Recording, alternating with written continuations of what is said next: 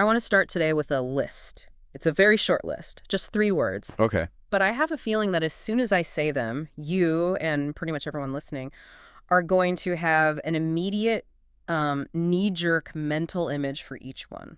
That is a very safe bet. These are probably 3 of the most loaded words in human history. Okay, so here they are.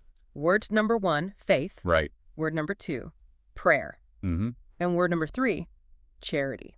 The big 3.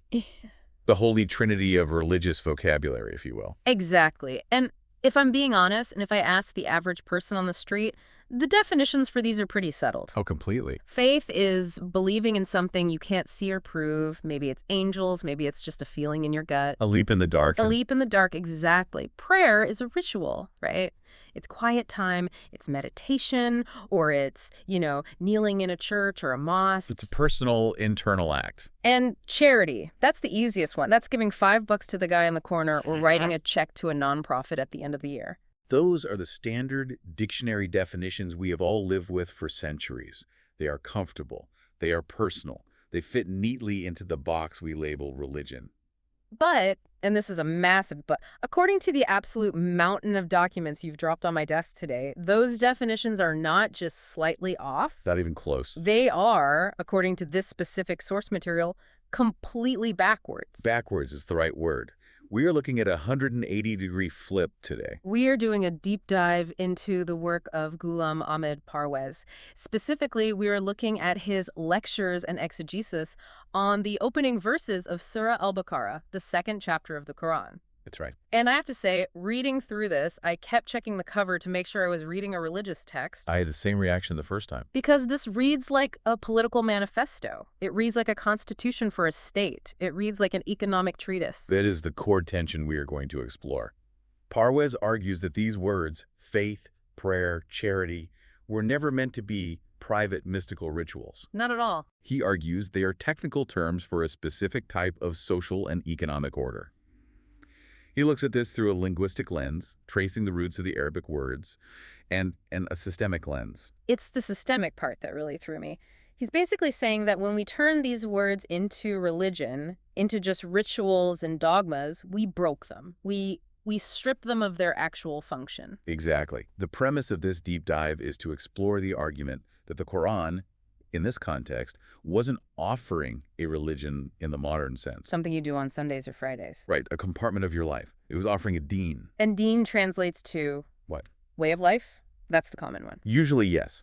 But Parwez pushes it further. He defines it as a system of governance or a social order, a collective structure. So a blueprint. A blueprint for a society. So the mission for today is to see if we can strip away, 1,000 years of tradition and look strictly at the arguments presented in this text. Which means we have some heavy lifting to do. We're going to talk about why faith in the unseen might actually be about the laws of physics and sociology, not ghosts. We're going to talk about why prayer might actually be about government administration. A radical idea.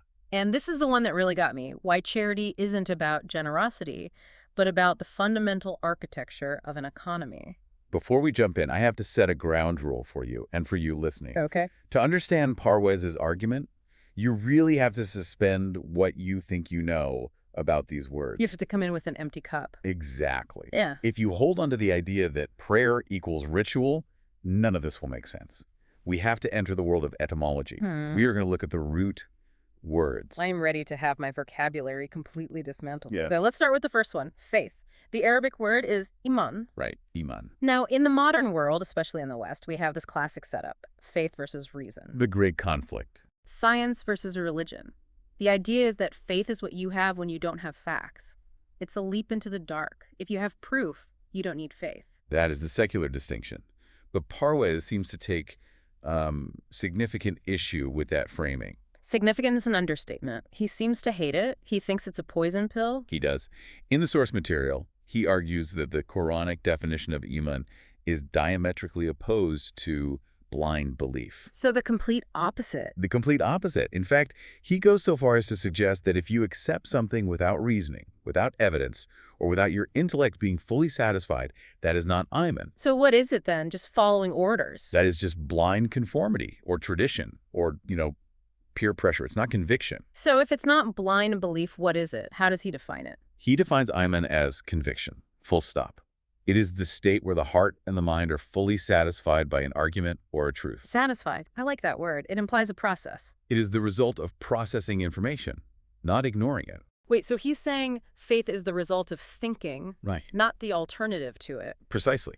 Think of it like a jury in a courtroom. They listen to the evidence, they look at the facts, they argue about it in the deliberation room. Right, they weigh everything. They weigh everything. And finally, they reach a verdict.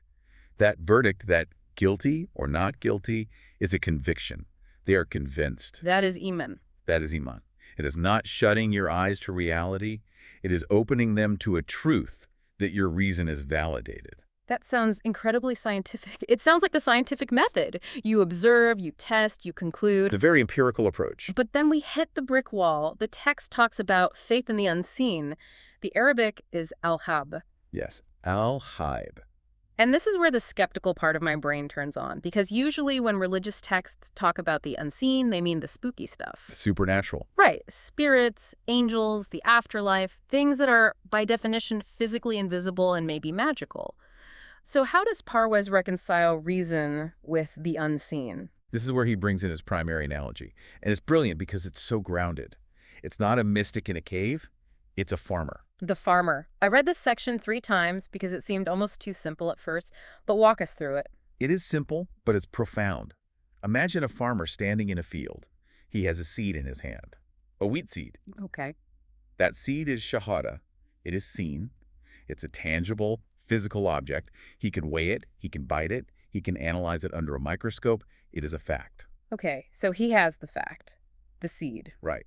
Now, he digs a hole, puts the seed in, and covers it with dirt. The seed is gone. It's hidden. It has entered the unseen. It's in the Ghayb. It's literally in the realm of the unseen. I can't see it anymore. Exactly. Now the farmer walks away. He waits. He expects a harvest in 6 months. But can he see the harvest right now? No, of course not. The harvest doesn't exist yet. It's in the future. It's just potential. So the unseen here isn't a ghost realm. It is the future consequence of a present action. It's the result that is not yet manifest. Precisely. Now ask yourself this. Does the farmer have blind faith that wheat will pop out of that ground? Is he just guessing? Is he, hoping for a miracle? No. I mean, he's not 100% sure. There could be a drought or pests. We'll get to that. But is he unsure about the type of result? No, definitely not. He knows if he plants wheat, he gets wheat. He won't get barley. He won't get a cactus. He's not surprised when wheat grows. And why does he know that? Because that's how nature works. It's a law. There it is, the law. Parwez argues that belief in the unseen is actually a conviction in the consistent, unbreakable laws of God, which he equates to the laws of nature. The farmer trusts the system. The process. He trusts the connection between cause and effect. The seed is the cause. The harvest is the effect. The time in between is the Ghayb. That is a massive shift. Right. So faith in the unseen means trusting that your actions today will have a specific law-like result in the future, even though you can't see that result yet. Exactly. And think about why that matters for building a society, which is Parwez's main focus. Oh. If you didn't trust the laws of sociology or economics, you would never start a project. You would never build a state. Why would you invest in education if you didn't have faith that it would produce knowledgeable citizens in 20 years? You have to believe the law works. You have to believe that if I establish justice, which is the seed, then peace and prosperity will follow, which is the harvest, even if you can't see the peace right now. Even if right now establishing justice is hard and painful and chaotic. Especially then. You trust the law of consequences more than you trust your immediate chaotic situation. It moves faith from a passive hope, a wish, to an active reliance on a system. It's an operational trust. Active is the key word. You don't just sit and pray for wheat. That's the old definition. You plant the seed. You engage with the law. But this brings up a tension that I think we need to address, the one I hinted at. You keep talking about these laws being consistent. Wheat always produces wheat. Fire always burns. Yes. If the laws are that rigid, does that mean everything is predetermined? The question of determinism versus free will. The age-old debate. Yeah. If the system is a machine, is the future already written? Because if it is, then what's the point of trying? What's the point of choosing which seed to plant if the harvest is already decided? This is where the source material gets really nuanced, and I think it's one of its most powerful contributions. Parwez draws a very sharp line between two different worlds, the world of matter and the world of will. Okay, unpack that for me. He uses another analogy here, which I think is just as good as the farmer, the astronomer, and the fly. I love this one. It sounds like a fable. It does, right? So consider an astronomer. He looks at the solar system, the planets, the moons, the stars. He can tell you with absolute mathematical precision that a solar eclipse will happen exactly 100 years from now. To the second. He can give you the minute, the second, and the exact coordinates on Earth where you can see it. How? Because the planets don't have a choice. Mars can't wake up tomorrow and say, you know what? I feel like going backwards today. Exactly. They are in the world of matter. They follow fixed, machine-like laws. Their path is determined. Okay, that's the world of matter. But now, take a common housefly. Put it on a table in front of us. I'm picturing it. Now, gather 20 of the world's best scientists, physicists, biologists, supercomputers, everything. Can they predict with 100% certainty where that fly will move in the next 5 seconds? Well, no chance. Not in a million years. Why not? Because the fly has, well, it has a brain, a tiny one, but it's there. It has a choice. It might go left, might go right, might just sit there cleaning its legs. It's unpredictable. Exactly. The fly, unlike the planet, possesses a tiny degree of will. It has volition. And humans. Humans, in this view, have the highest degree of will on Earth. Therefore, Parwez argues, while the laws of the universe are fixed, if you jump off a cliff, gravity will pull you down. That's a fixed law of matter. The choice to jump is not fixed. The choice to jump is yours. The choices we make within those laws are not fixed. So the environment is determined, but the player is free. The rules of chess are fixed, but the moves are infinite. That's a perfect way to put it. And because humans have free will, Parwez argues that no one, not a scientist, not a philosopher, not even a prophet, can predict the specific future of a human being. Which leads him to a very, very aggressive attack on fortune-telling. I was surprised by how much time the text spends on this. Palmistry, astrology, reading the stars, he really goes after them. It's a scathing critique. And it's not just, oh, this is silly superstition. He frames it as a theological and psychological failure of the highest order. A psychological failure. In what way? He says that believing in fortune-telling is a form of despair. It is the ultimate act of giving up. How so? If you go to a palm reader, you are essentially saying, my life is already written. I am helpless. I am a planet, not a fly. Tell me what is written for me so I can resign myself to it. You're abdicating your will. You're handing over your agency. You are surrendering your humanity. Parwez argues the Quranic view is that your future is a blank slate. It is not written on your forehead. It is not written in the stars. You write it with your actions. That is incredibly empowering, but it's also terrifying. Why terrifying? Because it means I can't blame fate. I can't blame the stars. If my life is a mess, I can't say, well, it was written. I have to look at the seeds I planted. The responsibility is immense. It's total responsibility. Yeah. The text says that only God knows the future because God exists outside of time. For the divine, past, present, and future are all one single now. Like a person looking at a whole timeline laid out at once. Exactly. But for us, we are trapped in time. The future literally does not exist yet. We are creating it second by second with every choice we make. And this brings us to a specific group of people the text mentions, a really interesting group, Al-Zabakun, the pioneers. The forerunners. Because if the harvest is unseen, who is crazy enough to be the first one to plant when everyone else is doing it the old way? That is the million-dollar question, isn't it?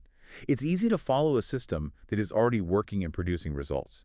It is incredibly hard to be the first one to adopt a new system when the results are invisible. The text actually discusses the psychology of these early adopters, these pioneers. It does. It notes that society usually looks at these pioneers and calls them Majnun. Which means? Madmen. Possessed. Insane. I feel like every innovator or revolutionary in history relates to that. Galileo, the Wright brothers, they were all called crazy. Let's go back to the farmer analogy. Imagine a village where everyone is farming the old way, getting a tiny, miserable harvest. They get maybe 20 mounds per acre. They are barely surviving. That's the status quo. That's the status quo. And then one guy comes along, let's call him the pioneer, and the Department of Agriculture, or in this case the Divine Revelation, tells him, hey, we have a new seed and a new method. If you use it, you will get 100 pounds per acre. A 5-fold increase. It sounds too good to be true. Exactly. So the pioneer goes out and starts digging differently, planting differently, watering differently. The traditional farmers, the whole village, they gather around and look at him. What do they say? You are crazy. That's not how we do it. That's not how our fathers did it. You're going to starve. You are a madman. They call him crazy because they can only see the dirt in the strange new process. He sees the harvest. He has an Iman in the unseen result. He has conviction in the law. And this is where Parwez redefines this madness. He says what looks like madness to the status quo is actually Ulul-Albab's supreme intellect. So the crazy one is actually the smartest one in the room. He's the only one who's done the math. The pioneer has such strong conviction in the logic of the new system that he acts as if the result is already there. He's living in the future, so to speak. There's a concept here that really stood out to me. It's called the incubation period. The timeout. Yeah. It's the idea that you can't judge the system on day one. You can't just plant the seed and expect a full-grown plant tomorrow. You can't. Just like you can't plant a seed on Monday and dig it up on Tuesday to see if it's wheat yet. If you do that, you kill it. A social system, just like a biological one, needs time to gestate. It needs an incubation period. Parwez points out that the pioneers and the prophets in this narrative often ask for a period of non-interference. A grace period. Right.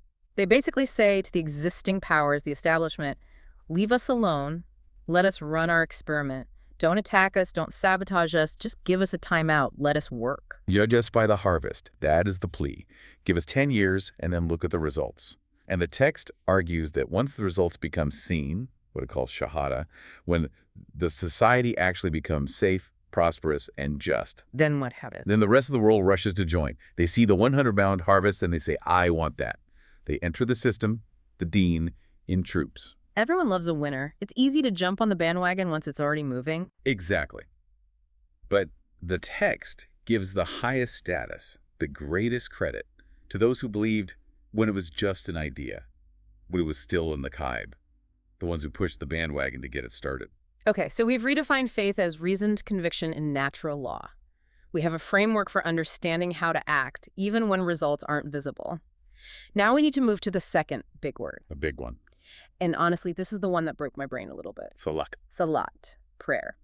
Now, I grew up seeing salat as the specific ritual Muslims do 5 times a day. You stand, you bow, you prostrate. It's a personal act of worship. It's about your connection with God. The dominant, near-universal understanding. But Parwez drops a linguistic bombshell here. He says salat isn't primarily about the ritual. He says it implies a system or a social order. And he goes to the pre-Islamic roots of the Arabic language to prove it.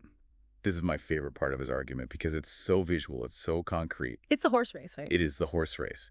Okay, explain this. Because I'm trying to figure out how we get from prayer to horses. It feels like a non sequitur. It's not. So in ancient Arabia, long before Islam, they loved horse racing. It was a huge part of their culture. And they had specific names for the horses based on where they finished. The winner, the horse that crossed the line first, was called Al-Sabiq. Sabiq! That's the same root as the pioneers we just talked about, As-Sabiqun. Yes. The forerunner, the leader, the one who's ahead. Now, the horse that came in second, do you know what it was called? I'm guessing you're going to tell me it has something to do with salat. It was called Al-Musali. Musali, that's the word for the person who prays, the one who does salat. It is the root of the word salat. Now, visualize the race. The Musali is the second horse. In a close race, where's its head? Ideally, it's right behind the winner. It's breathing down its neck. It's not just behind. The definition of a Musali horse was one that ran so closely behind the winner that its ears were almost touching the flanks, the rear, of the lead horse. So it's following perfectly. It is following the winner's path exactly. It turns where the winner turns. It speeds up where the winner speeds up. It doesn't deviate. There is no gap. Okay.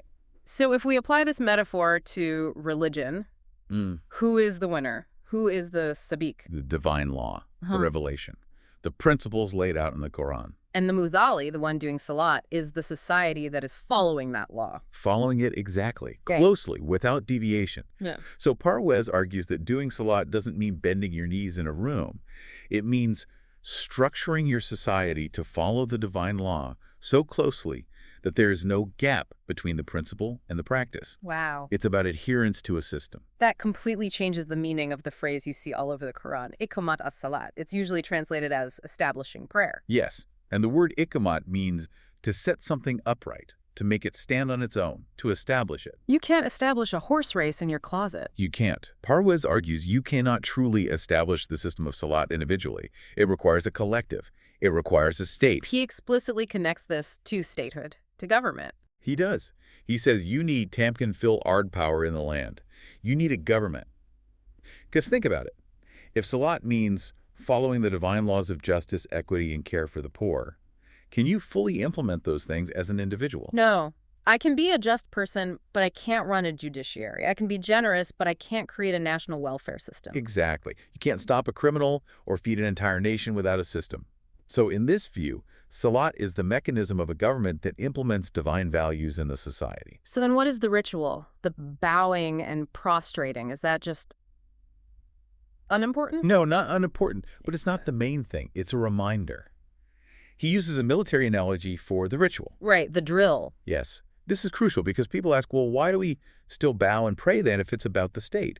Parwez says the ritual is the drill. Like boot camp for soldiers. Exactly. Soldiers march in formation. They salute. They stand at attention. Why? To instill discipline, to remember the chain of command, to create unity and cohesion. Right. It builds the mindset of an army. But, and this is the big point, is the drill the same thing as the war? Is marching on the parade ground the same as defending the country? No. Not at all. If you just march around the barracks all day and never actually go out to defend the country, you aren't an army. You're a parade. You're a dance troupe. Parwez looks at the Muslim world of his time, and arguably ours, and sees millions of people praying 5 times a day. The drill is perfect. The mosques are full.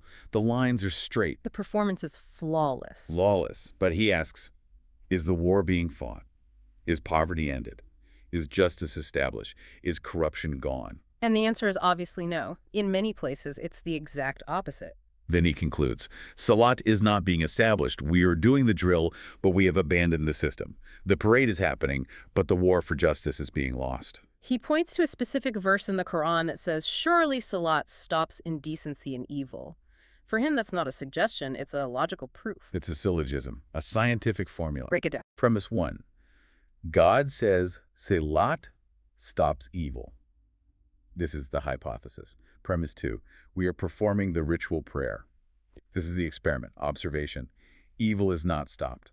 Society still has corruption, poverty, injustice. So the experiment failed. The experiment failed. Yeah. So what's the conclusion? The conclusion must be, therefore, what we're performing is not the Salat God was talking about. We're doing something else and calling by that name. That is biting. It's a scathing indictment of religious hypocrisy, isn't it? It is. It leads directly to the medicine bottle analogy, which I think is one of the most accessible parts of his argument. Yeah, let's talk about the medicine, because this explains why he thinks the label is right, but the product is wrong. Imagine you have a sick patient. That's society. What are the symptoms? The patient have a fever, a headache, stomach pain. That's poverty, crime, corruption, division. The society is sick. Okay. You go to the doctor, that's the creator, and he gives you a bottle of medicine.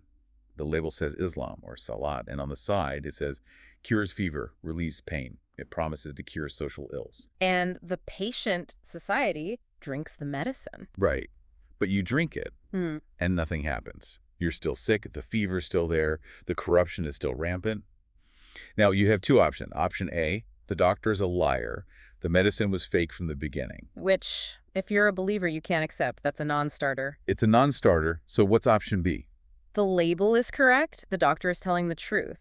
But the stuff inside the bottle isn't the original formula. It has been adulterated. It's been swapped out. Yeah. Someone replaced the powerful antibiotic with sugar water. Parwez is arguing for option B. He's saying we are drinking ritual, thinking it's system, and that's why the patient is dying. We're clinging to the empty bottle. Exactly. And this brings us to a point about sectarianism that I found honestly kind of shocking. He goes really hard here. I noticed that. He equates creating sex-dividing religion into different groups, like Sunni, Shia, and countless others, with shirk. Whoa. Shirk is polytheism. It's associating partners with God. In Islam, that's the one unforgivable sin. Usually that means bowing down to an idol or statue.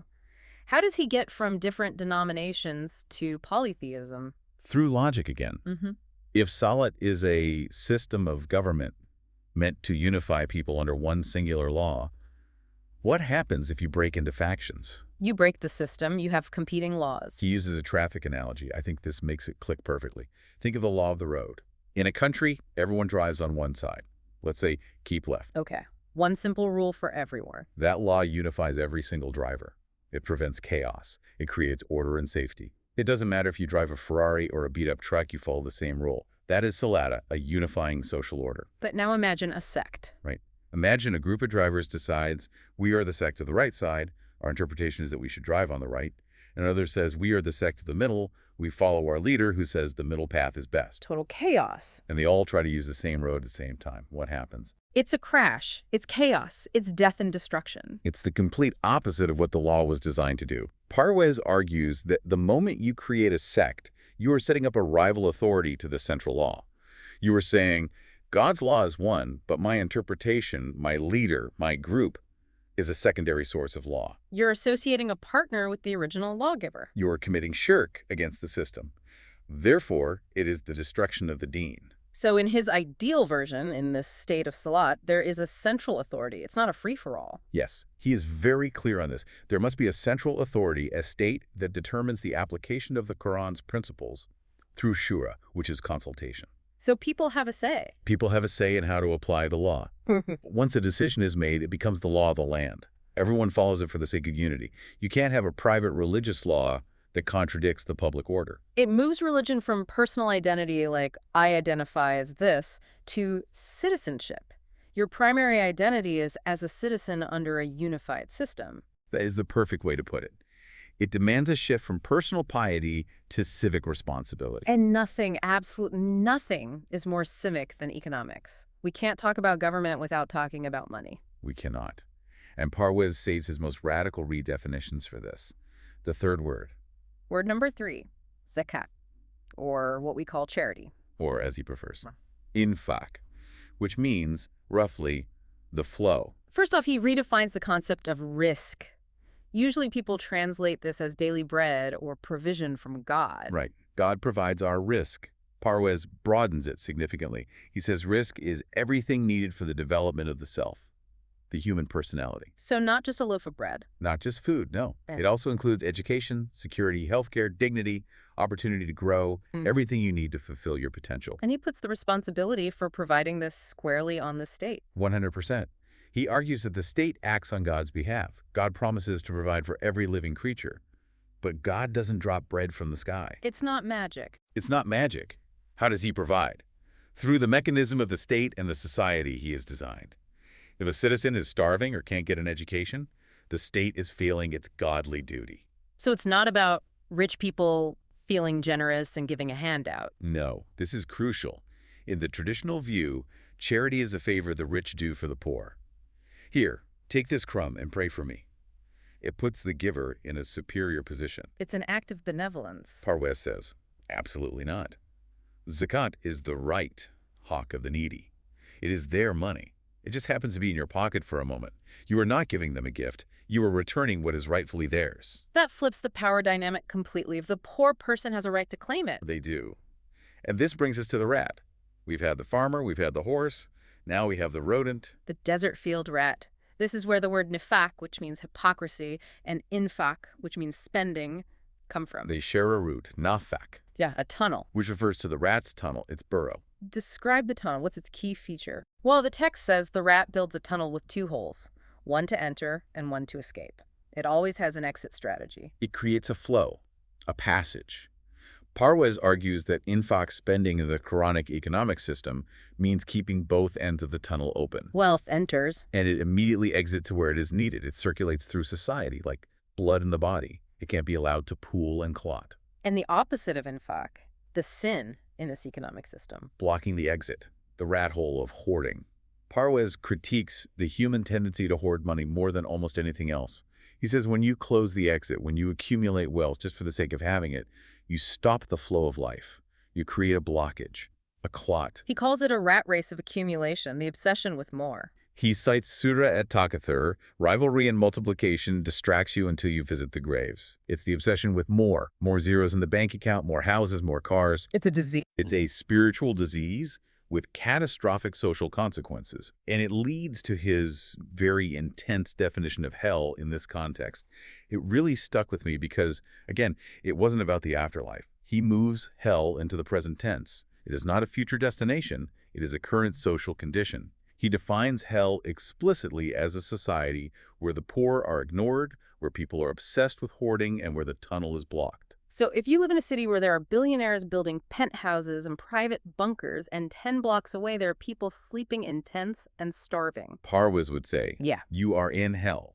That society is a manifestation of hell. It is a fire of anxiety, fear, deprivation, and social friction.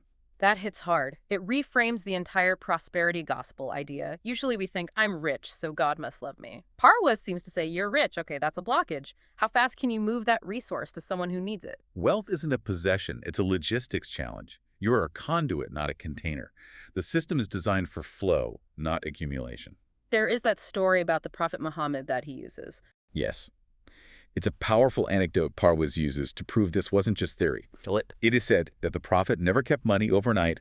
Anything that came in during the day went out by nightfall. Even on his deathbed, in his final moments, his fever was high, he was fading.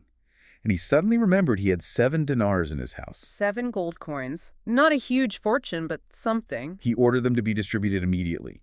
He refused to meet God while hoarding even that small amount. He said, what will I say to my Lord if I meet him while holding on to this? That is intense. It sets a standard that I think 99.9% of us, myself included, would fail today. It does, but it underscores the principle.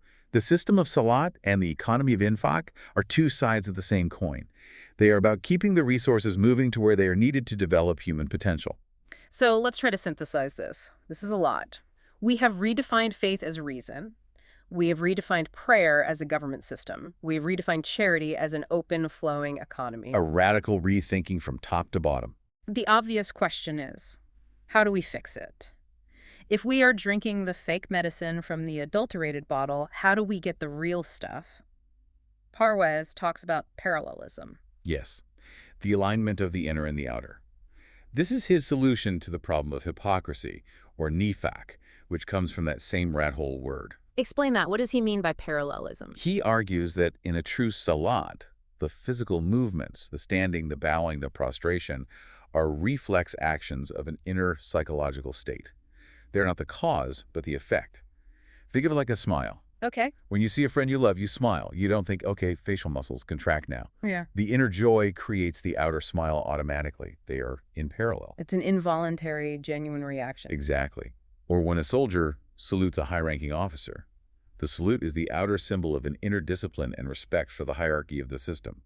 Parwez says our problem is that we have the outer salute, the physical bowing in prayer, but we don't have the inner discipline of the system. We're saluting an officer we plan to betray. We're smiling at people we hate. Exactly.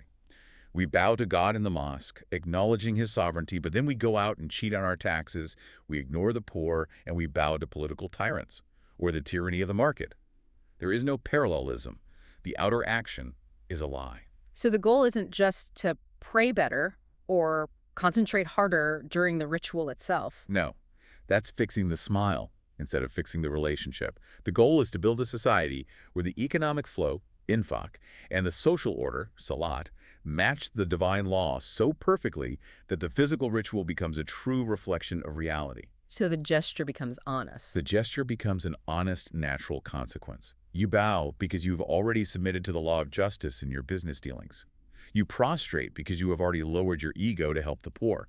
The physical act confirms a social reality. It's making the lifestyle match the gesture, not the other way around. And ultimately creating a society that doesn't look like the hell of inequality, but the paradise of security and universal provision. It is a massive, sweeping vision. It takes these little Sunday school words that feel personal and private and turns them into a constitution for a superpower. It reclaims religion from the mystics and gives it to the sociologists and the statesmen.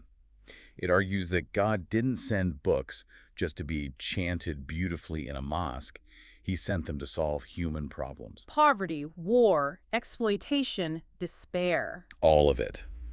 Parwez is saying, here is the blueprint for a functioning just society. You're just using it as a placemat. Using the blueprint as a placemat. That is going to stick with me. That's a powerful image. It's the tragedy of the unseen harvest. We're sitting on the seeds, starving, complaining about the hunger, because we refuse to plant them and trust the process. So we've covered a lot of ground today. Let's just recap the big flips. Let's do it. We move from faith as blind belief to reasoned conviction in natural laws, the farmer trusting the process. We move from prayer as a personal ritual to the system of state that enforces equity, the horse race of following the law. And we move from charity as generous tips to the open tunnel economy where nothing is hoarded, the rat's burrow of constant flow. The so what here seems pretty clear. Parwez is suggesting that the misery of the current world, the wars, the poverty, the corruption, isn't God's will or fate. It's not some cosmic test we just have to endure. It's a choice. It's a design flaw. It's a result of humans abandoning the system while keeping the empty rituals. We are taking the fake medicine and wondering why we aren't getting better. That is the diagnosis. We are treating cancer with sugar water and blaming the doctor when the patient gets sicker. I want to leave our listeners with a thought that came to me while reading the section on the hell of a hoarding society. It's a bit provocative. Go on. If Parwez is right, if hell isn't just a fire pit in the afterlife, but a real-time description of a society where the poor go hungry while the rich pray in the front row of the mosque, A society of blocked tunnels and fake medicine. then aren't we? Aren't we living in it right now? And if Salat, the real Salat, is the system meant to end that hell, have we actually ever seen it established in our lifetime? Or have we just been watching the parade and thinking it was the war? That is the question that should keep us all up at night. And if the answer is no, we haven't, then the real work, according to this source, hasn't even started yet. Heavy thoughts for a Tuesday. But that's why we do this. Thanks for listening to The Deep Dive. Keep thinking.